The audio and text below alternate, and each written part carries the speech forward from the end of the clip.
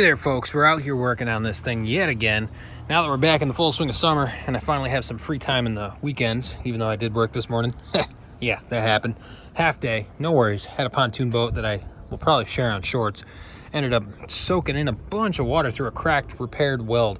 But we're not here to talk about that. We're here to talk about this. Now this thing keeps giving me, what is it, a P2005 or P205? I can't remember.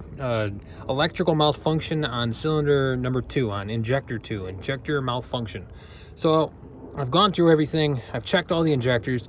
I've checked all the plugs. I thought there was something wrong with the plug, a pigtail, maybe, or maybe my used FIC injectors quit, but they probably didn't. They're pretty good things. I mean, those injectors are awesome. FIC makes a good product. So what you do is you get your multimeter out here. You plug into your pigtail. This is cylinder number 3. I'm gonna try to do this one-handed.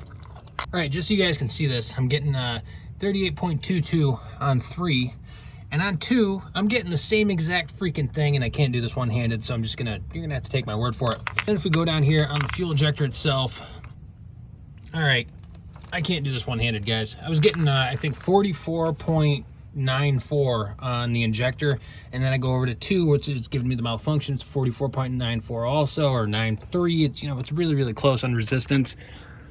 That leads me to believe that my recently repaired ECU, before I got it, it was repaired and socketed, and then I bought it.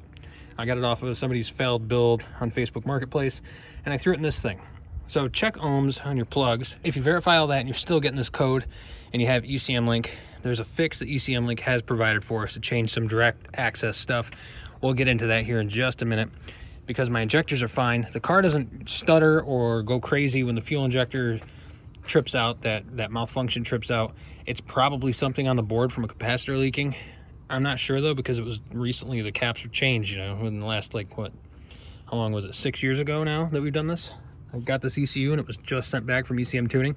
I don't think the caps went bad in 6 years if they would have lasted from 1998 to when they were done in 2019 or 17, whatever it was. The guy did it before I bought it.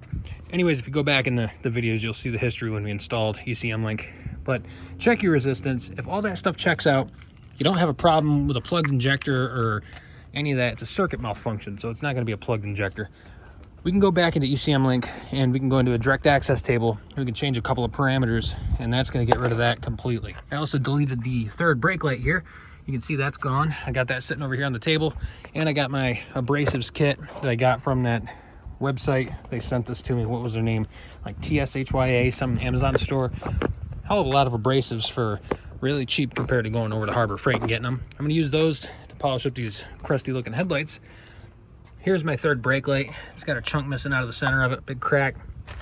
The bulb broke off, and if you guys want to take it out, it's 4 bolts underneath that plastic housing that covers up the back of the deck lid, and you can unplug the harness right here. I'm going to keep all this, wrap it up in some cellophane and store it. You never know, I might use it again in the future or swap it over to LEDs or something like that. We're going to plug all this stuff back in here, and we're going to grab the laptop computer here in a couple of minutes. We're going to plug into Ecmlink. We're going to boot up and start a capture and get into the direct access table. And I'll show you guys the link provided from ECM Tuning to just get rid of all the injector CELs, all the check engine lights that pop up from random stuff that happens when you switch over to fuel injector, ignition boxes, and all the other fun stuff that these cars have had over the years. Apparently this code is a common one that pops up for these cars. Once you put fuel injector clinic FIC injectors in it, you can get it to happen sporadically from a fuel injector trace, or you can have damage to the capacitors, which I doubt, but if it continues on, if something happens where this fix goes through and it doesn't fix it, I'll send my computer back out to Ecmlink, and it's not too much money, $100 both ways plus repair. I think I saw they were charging $44 back in 2012, so if it's under a couple $100 compared to the cost of a new ECU and getting it socketed and all that stuff to just have a board repaired, I'll go that route. So we're here, we have Ecmlink plugged into the car, and this is the fix. It's a little sideways because the car's on a hill. Nonetheless, we're going to get into this. Now that I got my nice new little micro switch here for my rolling anti-lag. Freaking love that thing. Anyways, if you guys, warning, first and foremost, if you guys have gone through your fuel system, if you know your pressure is good, your voltage is good, your injector pigtails are good, you don't have a failed injector, you've done all the tests, you've messed with this and that, and you verified that you keep getting this check engine light for no other reason than the fact that you're running FIC injectors or something crazy is going on in the ECU. You know, you might have capacitor leaking. I've ruled a lot of that stuff out. The capacitor thing I'm going to leave on the back burner for right now, but if I have any future issues, I'll let you guys know. You know how I am. I'll post something and tell you about it. I'm not going to try to fake it. If I do have an issue, I'm not going to pretend that everything is perfect and it's all fairy tales. So what you got to do here, pretty simple process right here on this page. All you got to do is go in and right click and save as. And once the save as window pops up, you're going to go into your C drive, go under users. You're going to find your name or whatever your PC is named, find Ecmlink, then open up the resources page, and you're going to add this to the resources page. Once it's downloaded and saved, restart Ecmlink, and you should be met with something new. Once you connect in direct access, it will give you this right here, Injector DTC Disable. Now this is the part right here that's super simple. You go in here. Right now the value is set to 1. All right, we don't want it. We want our value to be set to 0.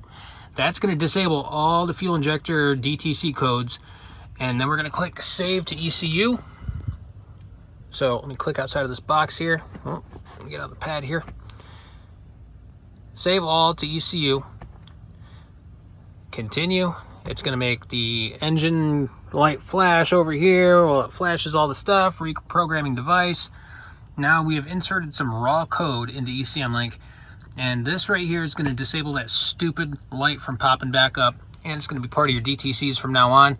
If for some reason in the future you figure out that you do have an injector issue or a circuit issue or a ECM issue, you have a capacitor leaking on a trace, some problem, or you have some bad driving, you know, you lose power, this will burn your motor down if you're incorrect about your assumptions here. I mean, if you have an injector bad on cylinder 1, 2, 3, or 4 and you're flooring it in boost, you could cook a piston, melt a piston, and have a problem.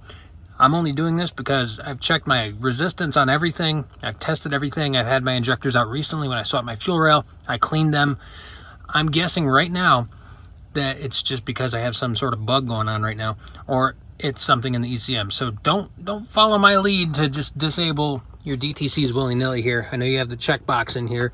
You can go through and, you know, shut a lot of stuff off. Don't just do it on a whim. Actually go through and test stuff. So I've tested my injectors. I've tested my harness. I've checked my resistance. Nothing is wrong with my drivability. Everything is fine there. So do this at your own risk, but just, again, don't just throw it in there on a whim and hope that everything's all right. If you guys see me pulling this motor out of here in the next couple of weeks because I cooked a piston, then that's on me. I don't want you to do the same thing that I did. So now we've added another table here. There's a few other ones that you can go onto their page and check out. I don't recommend installing them unless you guys know exactly what you're doing here. So what do we got? We've got a different alternator install for a terminal circuit malfunction with a Saturn GM alternator swap on our 2G. Just a lot of stuff. Go check out this page. I'm not going to read them all to you and bore you. But now that that's done, I'm going to close out that page, and Ecmlink is all set and configured so that I'm not going to get this stupid circuit 2 or cylinder 2 injector 2 circuit malfunction code when I have absolutely no problems with drivability. It happens on the highway. It's happened for 2-3 weeks now, every single day, and it comes on and then it goes away. I don't even have to clear it. It just shows up, disappears. That being said, there you go. Now you know a new trick on how to get rid of your DTCs if you've narrowed down all the possible culprits here. So with that being said, guys, I'm going to end this one right here.